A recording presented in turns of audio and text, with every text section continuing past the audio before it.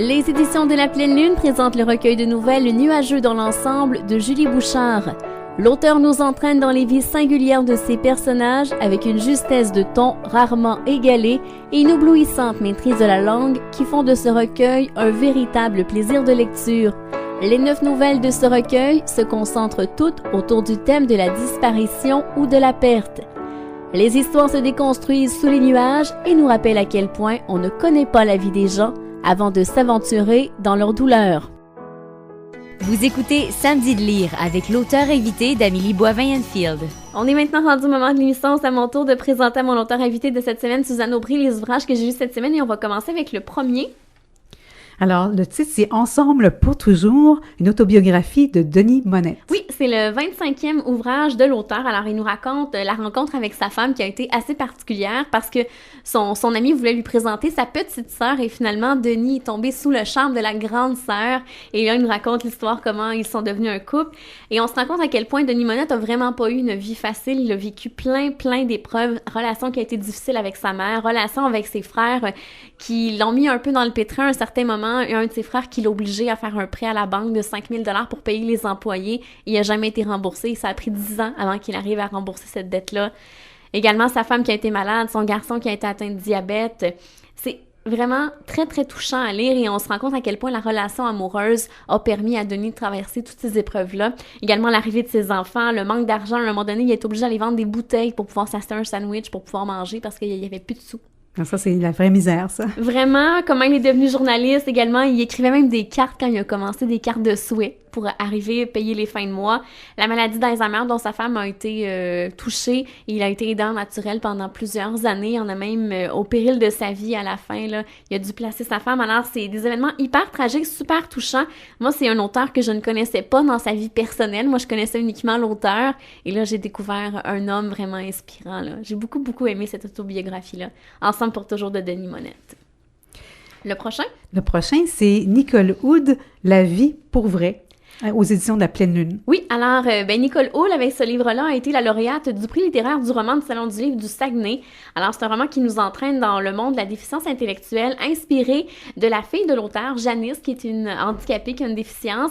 Et le personnage principal de ce roman-là, c'est Céleste, elle a 38 ans, et elle a vraiment un langage hyper poétique. Alors, elle trouve toujours des beaux mots pour expliquer lorsqu'elle dit qu'elle pleure, elle dit qu'elle va pleuvoir. C'est vraiment joli. très cute. Alors, elle parle de sa relation amoureuse avec Normand, également du décès de sa maman qui est décédée il y a 2 mois. Alors, elle est dans un centre d'accueil.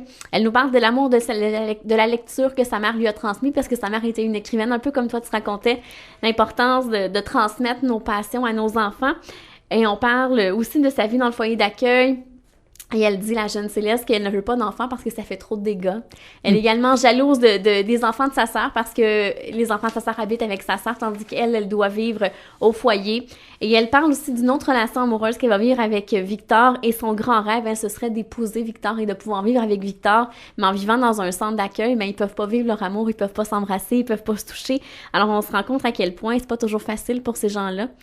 Alors, je trouve que c'est un beau roman, un bel hommage à la différence où on parle de la vie, l'amour, la solidarité, de l'amitié qui est très présente dans cet ouvrage-là. Moi, j'ai adoré la plume de cet auteur-là qui traite toujours de sujets où on parle des gens qui sont un peu délaissés pour compte dans la société. Alors, très bel ouvrage. Alors, c'est l'ouvrage de Nicole Hood, La vie pour vrai. Mais tu me donnes envie de le lire, en tout cas. Alors, j'ai adoré vraiment cet ouvrage-là. Le prochain, c'est L'année la plus longue, de Daniel Grenier dans les éditions Le Cartanier. Oui, alors c'est le premier roman de l'auteur. Alors ça se passe de Chattanooga à Sainte-Anne-des-Monts, de Montréal jusqu'à Philadelphie en passant par New York et on traite de la conquête anglaise jusqu'à la guerre civile américaine en passant par la rébellion des Patriotes. C'est l'histoire de Aimée qui est née le 29 février 1760 et Aimée c'est un leaper. Alors c'est une personne qui est née le 29 février, alors il est né une année bissextile et il ne vieillit qu'aux 4 ans. Alors, il va vivre pendant 300 ans. Et on a aussi Albert Langlois qui est vraiment obsédé par Aimée parce que c'est un de ses descendants. Il veut tenter de comprendre cet homme-là, voir ce qui s'est passé dans sa vie. Et lui, il a un fils qui s'appelle Thomas. Et Thomas est également né un 29 février. Alors, on se demande, est-ce que Albert a tenté de changer un peu les choses, modifier les trucs pour que son enfant naisse un 29 février, qui soit également un leaper, mais malheureusement, c'est pas un leaper, c'est un enfant normal. Alors, on va suivre la vie de ces 3 hommes-là.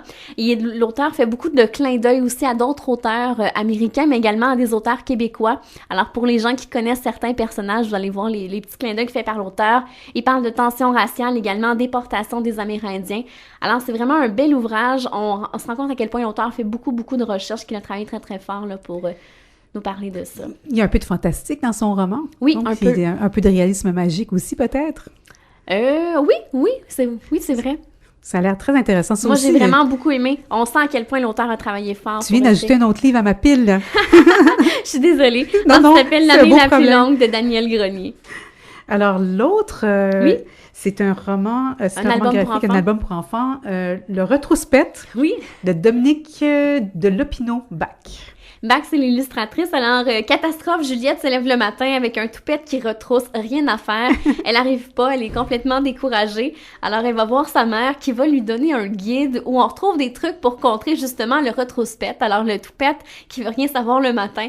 C'est vraiment hyper rigolo. C'est sûr que vos enfants vont rigoler en lisant ça. Et c'est inspiré justement d'une des filles de l'auteur. Un matin, sa fille s'est levée avec le toupette qui retroussait et c'était vraiment la catastrophe dans sa vie. Elle ne voulait pas aller à l'école et là, ça a inspiré l'auteur pour écrire ça. Et ce que j'aime de ces ouvrages-là chez Fonfon, c'est qu'à la fin, on a toujours des activités sous le thème de l'album pour enfants.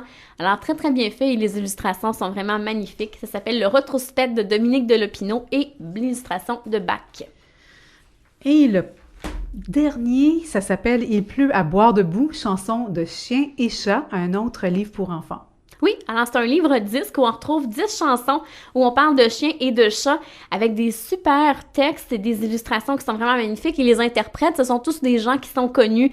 Daniel Lavoie, Carmen Campagne, Florence K, Dumas, Thomas Selman, Émilie Klepper. Il y a certains auteurs que c'est leurs ouvrages à eux, c'est des textes qu'eux ont écrits, des chansons, et d'autres, ce sont des reprises de d'autres auteurs-compositeurs. Alors, très, très bien fait. Moi, j'aime ça quand on fait des trucs comme ça pour les enfants, qu'on fait découvrir des pièces qu'on ne connaît pas.